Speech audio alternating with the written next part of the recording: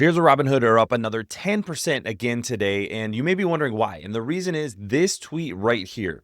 Vlad Tenev, the founder and CEO of Robinhood, said that they have crossed 4 billion contracts traded in prediction markets, and over half of those contracts have been traded in the third quarter alone. This is another growth driver for Robinhood. This app just continues to expands the number of users, it's expanding the assets they have on the platform, and it's expanding the number of things that users can do. So it's not just about investing, it's not just about trading, it's not just about cryptocurrencies, it's about everything in your financial life. And this is really the growth opportunity for Robinhood. This is why the market has been pushing shares higher all year. This is why this is now the top holding in the asymmetric portfolio. So I'm going to dig into exactly what we know today and put it into some long-term context with Robinhood. If you want more from me, check out Asymmetric Investing. There's a link on the screen and a link in the show notes. That's where you can find my asymmetric portfolio. I'm buying stocks once a month. I'm going to be doing that again on the 1st of October. So if you want to find out exactly what I'm buying, follow that market beating portfolio. That's the best place to find it. And I also want to thank this video sponsor. The data we're going to get today is from Fiscal AI. This is the best research tool that's available today. If you're researching a stock like Robinhood, you want to know how much do they make on cryptocurrencies? How many users do they have? What are their assets under management? All of those things are very easy to find, along with things like transcripts of earnings release or any presentation that they do. That's all in one place on Fiscal AI. If you go to fiscal.ai/ASYM, you'll get 2 weeks for free, and then they'll give you 15% off. Phenomenal tool, and it's something that I pay for myself, so check that out. But let's dig into exactly what we learned today. I showed this image, and this is the phenomenal growth that we have in prediction markets. You may remember they really started prediction markets during the election. So that was November 2024. A little bit controversial. And a lot of people think that this is moving Robinhood more into the gambling space. And in a lot of ways, it kind of is.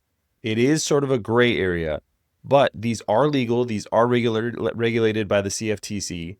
And these prediction markets are futures contracts. So they're really no different than any other futures contract that you may have on something like corn or soybeans or oil. What's important for Robinhood is where it fits in their revenue profile. And like I said, this is Fiscal AI. And what I pulled out is all of their revenue that they break out. So this is going back to 2020, and these are all trailing 12-month numbers. And I wanted to give full context to how the company did through 2021. This was kind of the peak of the market. And then the market dropped off. A lot of traders who were using Robinhood did not do particularly well. So their revenue fell as well. Since that period of time, Robinhood's business has really changed. And take a look at this light green segment. This is net interest revenue. So this is going to be revenue from credit cards. It's going to be revenue from margin accounts. All kinds of different things kind of get bucketed into that, but it's going to be more traditional financial services. So that's what you want to see with Robinhood, is that they're growing in more than just trading. And actually trading is a relatively small business for them today. Equities trading is this orange segment right here. And you can see that today, their equities revenue is still not back to where it was in 2021. So you may think this is just a YOLO trading platform, but it's not. Options is another business. This is a little bit higher today than it was in 2021, but still not a majority of revenue for Robinhood. So this is, I think, a pretty sustainable level for the business. And then on top here is cryptocurrencies. Cryptocurrencies have really come back over the past year or so. But again, there are other revenue sources like net interest revenue that are actually a bigger business. What's interesting about the futures market is that based on that 2 billion contracts per quarter number, that's about $40 million worth of revenue that should be extremely high margin for Robinhood. So not going to be the biggest business, but if we put this back to quarterly numbers, and then let's shrink this down a little bit, you can see a $40 million revenue business would make it almost as big as equities trading. That may sound crazy, but that's where we are with these prediction markets. It could potentially be a very sizable business for Robinhood, and it essentially didn't exist a year ago. Now, we do need to acknowledge that all this growth is great, but the price for Robinhood shares is much more expensive than it was in March 2024 when I started buying shares. At that point, the price to sales multiple was about 8.4. Price to earnings multiple, they were not quite as profitable as they are today, so it was a little bit higher, but the price to earnings multiple is about 67, and now that price to sales multiple is all the way up to almost 33. So multiple expansion has played a huge role in Robinhood's stock performance. But why am I still bullish on the company? There are a few reasons. First of all, I think the upside for a digital-first business in financial services is just absolutely tremendous. This is why I own both shares of SoFi and Robinhood. Both of those companies, digital first, they don't have that same physical footprint that most of their competitors do. So that allows more operating leverage as they grow. I also think there's tremendous growth opportunity, particularly for Robinhood. And this shows in this chart right here. Green is the total assets under custody. And you can see right now, there is only about $279 billion worth of total assets under custody. Bigger banks are controlling trillions and trillions of dollars in assets under custody. So there's tremendous upside for SoFi. The other thing is funded customers is in blue. That's only about 26.5 million today. That number is only growing at about 9% on a compound annual growth basis.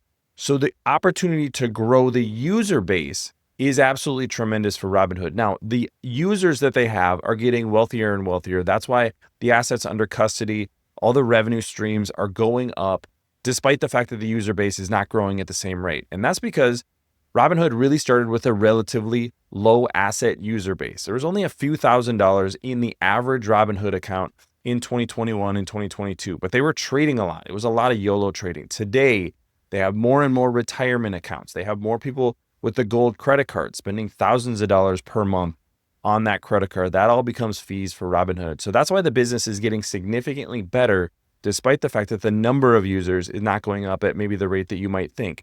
And the other thing, keep in mind, this is where I thought Robinhood really differentiated itself in 2024. That's with the gold subscription. The gold subscription makes Robinhood more of a membership business model. Membership business models like Costco play by completely different rules than other businesses that they're competing with. They can have lower margins or even negative margins with certain parts of their business if it makes users happier because they're making money from the membership to begin with. So the credit card, the gold credit card, for example, Robinhood loses money on every single purchase with the gold credit card because their fees do not match up with what they're giving in benefit, but they get to fall back on that monthly or annual fee that they're getting for gold members. I'm a gold credit card user. That also keeps more money from me in the Robinhood ecosystem. I take those rewards and I put them in my brokerage account. So this number of users, gold subscribers, has gone from 1.68 million in March 2024. That is now nearly 3.5 million subscribers. Just phenomenal growth. And that creates different incentives for Robinhood. Now they're able to have a really solid user base, very loyal users who want to use Robinhood for more and more of their products because they're already paying for this membership. As they expand the number of things that those users can use Robinhood's platforms for, that revenue per user is going to go up. It's a feedback loop, and it is a positive feedback loop for both sides. Users are getting more value. Robinhood is generating more revenue. It's a win-win for everybody. That's why membership business models, if you can build them, are phenomenally profitable long-term. So what feeds into this today is that prediction markets are starting to become a pretty sizable business for Robinhood. And I think that has absolutely enormous growth potential because it's not just about sports. It's not just about elections. It's about putting on positions in your portfolio. What's going to happen with electricity prices? Maybe that affects your stock. What's going to happen with interest rates? These are things that professional investors have been able to hedge against for a long time. And all of those capabilities are just coming to the mass market today with Robinhood, with prediction markets. That's the disruption. That's why investors are so excited today. That's why shares are up over 10%. Like I said, this is already the biggest holding in the asymmetric portfolio. That's going to expand when the final numbers are printed tonight. So if you want to find out all the stocks that are in that portfolio and what I'm buying in October, check out Asymmetric Investing. Love to have you as part of that community. Thanks for watching, everybody. We'll see you here next time.